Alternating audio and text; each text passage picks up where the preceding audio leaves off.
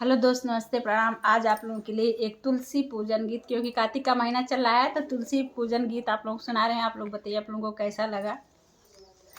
नारायण पूछे तुलसी से दिलवा के बात हो, नारायण पूछे तुलसी से दिलवा के बात हो, नारायण पूछे तुलसी से के तुहरे पिता तुलसी के तुहरी माता हो, के तुहर पिता तुलसी के तुहरी माता हो।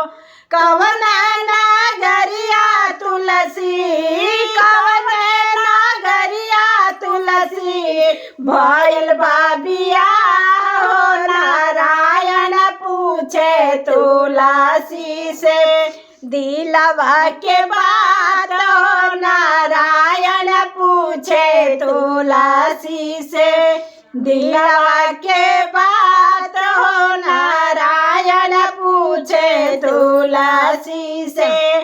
आकाश हमर पिता और धरती हमारी माता हो, आकाश हमारा पिता और धरती हमारी माता हो।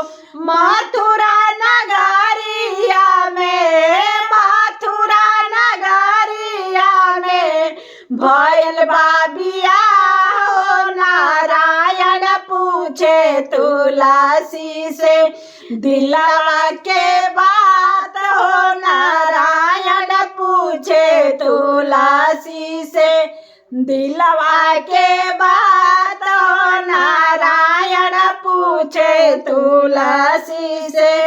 कहाँ तुहरे नैहर तुलसी, कहाँ तुहरा सासुर, कहाँ तुहरे नैहर तुलसी, कहाँ तुहरा सासुर।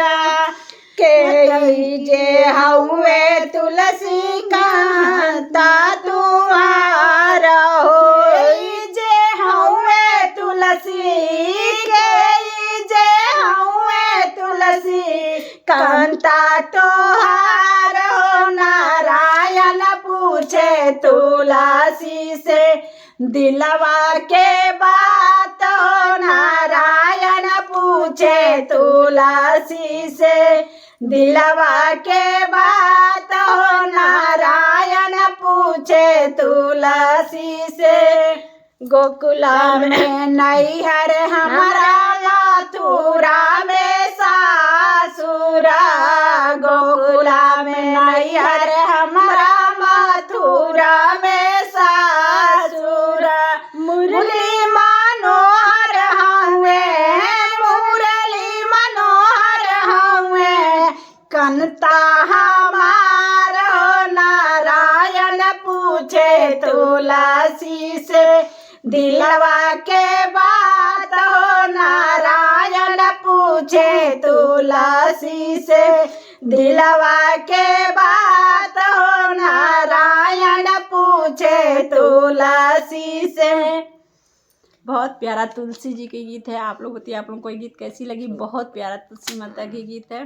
कैसे जय तुलसी माता, जय तुलसी माता। कैसे नारायण जी पूछ रहे हैं तुलसी माता से, कहाँ नैहर, कहाँ ससुर, कहाँ जन्मली, कहाँ बढ़ली, के पिता के माई सबके। बहुत बाय प्यारा बाय, गीत है। नमस्ते। Bye by.